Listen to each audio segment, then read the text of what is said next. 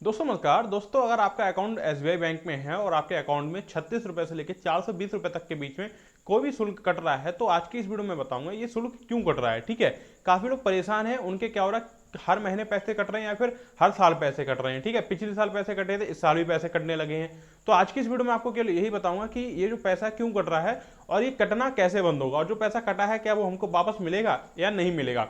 मैं सब कुछ जो है आपको आज की इस वीडियो में विस्तार से बताने वाला हूँ। अच्छे से समझना ये वीडियो, और ये भी बताऊंगा कि ये जो पैसे हैं वो कटने कैसे बंद हो गए। मान लीजिए आपके अकाउंट में अभी जो है 36 रुपये पर मंथ कट रहे हैं, या फिर 36 रुपये से लेके 300 रुपये के बीच में कोई भी पैसा पर मंथ कट रहा है, तो क्यों कट रहा है, किस लिए कट रहा है, मैं सब कुछ बताऊंगा आज की इस वीडियो में। ठीक है, उससे पहले आप ये समझ लें, अगर आपका अकाउंट एसबीआई बैंक में है तो भाई साहब बहुत कम चांस है कि आपके अकाउंट में पैसे ना कट रहे हैं, बहुत कम चांस है। ठीक है, आपका अकाउंट जो है एसबीआई सीएसपी का अकाउंट है, मतलब आपका टनी अकाउंट है, आपने एसबीआई सीएसपी पे अकाउंट ओपन कराया था, या फिर मान लीजिए बड़ी बैंक में ही अकाउंट ओपन है, तो ये लोग क्या करते हैं, आपको बिना बताए आपके अकाउंट में सोशल सिक्योरिटी स्कीम स्टार्ट कर देते हैं। सुरक्षा बीमा योजना जो होते हैं वो 3 प्रकार के होते हैं: अटल पेंशन योजना, प्रधानमंत्री जीवन ज्योति बीमा योजना, प्रधानमंत्री सुरक्षा बीमा योजना, जिसको हम शॉर्ट में बोलते हैं एपीवाई, पीएमएसबीवाई, पीएमजेजेबीवाई। ठीक है, बैंक और सीएसपी भाई इतने बड़े कि जो है भाई साहब आपके खाते में जो है पीएमएसबीवाई भी कर देंगे, पीएमजेजेबीवाई कर देंगे और अटल पेंशन योजना भी कर देंगे।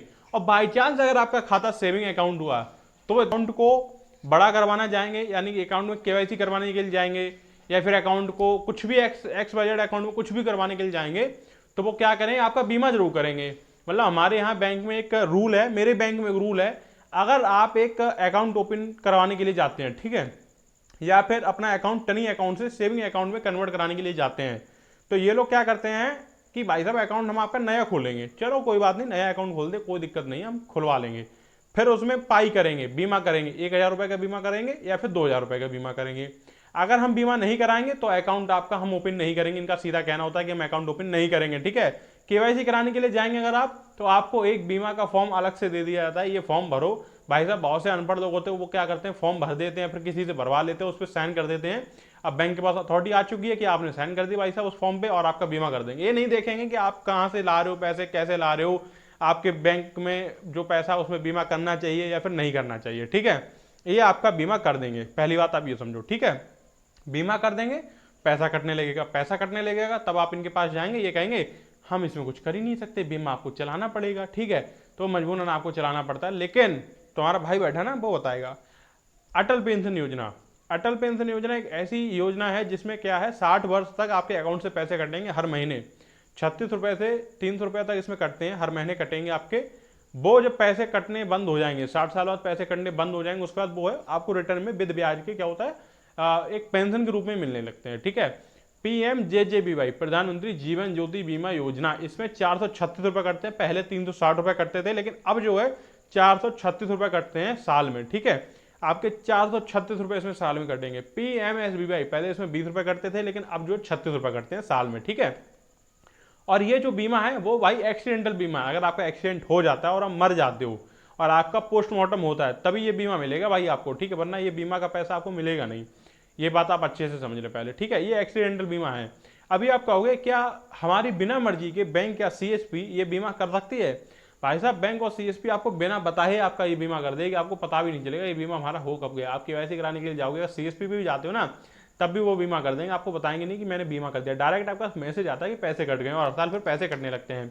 अब बात ये आती है कि बीमा हम बंद कैसे करवाएं। देखो, मान लीजिए आपका सीएसपी अकाउंट है और आपका अटल पेंशन योजना, पीएमएसबीवाई या फिर पीएमजेजेवाई में से कोई सा भी चल रहा है, हालांकि ये लोग क्या करते हैं, तीनों बीमा कर देते हैं, कोई बीमा नहीं छोड़ते, तीनों कर देंगे, इनको बस अपना टारगेट पूरा करना होता है। ठीक है, तो भाई साहब इसमें आपको करना क्या होगा, एक एप्लीकेशन लिख के देना पड़ेगा अपनी ब्रांच मैनेजर को। ठीक है, ब्रांच मैनेजर को एप्लीकेशन दो, ब्रांच मैनेजर उसको बंद कर देगा। अटल पेंशन योजना में जितना पैसा आपका कटेगा वो पैसा सारा वापस आ जाएगा।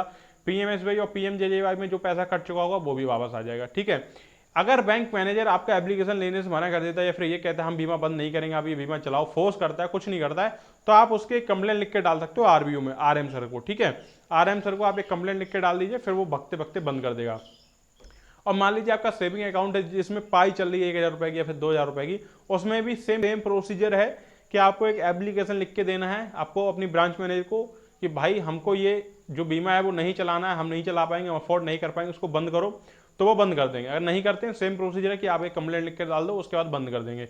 एक टोल फ्री नंबर आपको स्क्रीन पे दिख रहा होगा, अगर आपको एसबीआई में एसबीआई की शाखा में जाने के बाद किसी भी प्रकार का जो है ना दुख दर्द सहना पड़ता है, फिर आपका काम नहीं होता है, कोई अधिकारी आपसे बदतमीजी करता है, फिर कुछ भी एक्सवाइजेड करता है, तो भाई साहब इस टोल फ्री नंबर पर कॉल कर देना, उनको शाखा का कोड, ब्रांच का नाम और ब्रांच मैनेजर का नाम सब कुछ दे देना। अगले दिन खुद ब्रांच मैनेजर आपको खुद बुला लेगा। ठीक है भाई साहब, मैंने आपको सब बता दिया कि पैसे क्यों कट रहे हैं, कैसे बंद होगा, सब कुछ बता दिया। ठीक है, और ये भी बता दिया नहीं करते तो कैसे बंद करवाना है।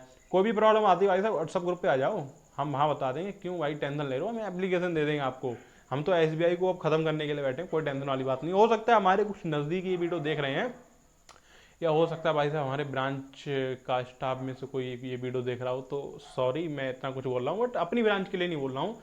ये तो एसबीआई ये पूरे देश का बैंक है, मैं बोल सकता हूँ, कोई दिक्कत थोड़ी, कोई ट्रेडमार्क थोड़ी ले रखा है आप लोगों ने कि हम बोल नहीं सकते हैं भाई साहब या वीडियो पे डिलीट करो। मैं तो बोलूँगा, सीधी सी बात है।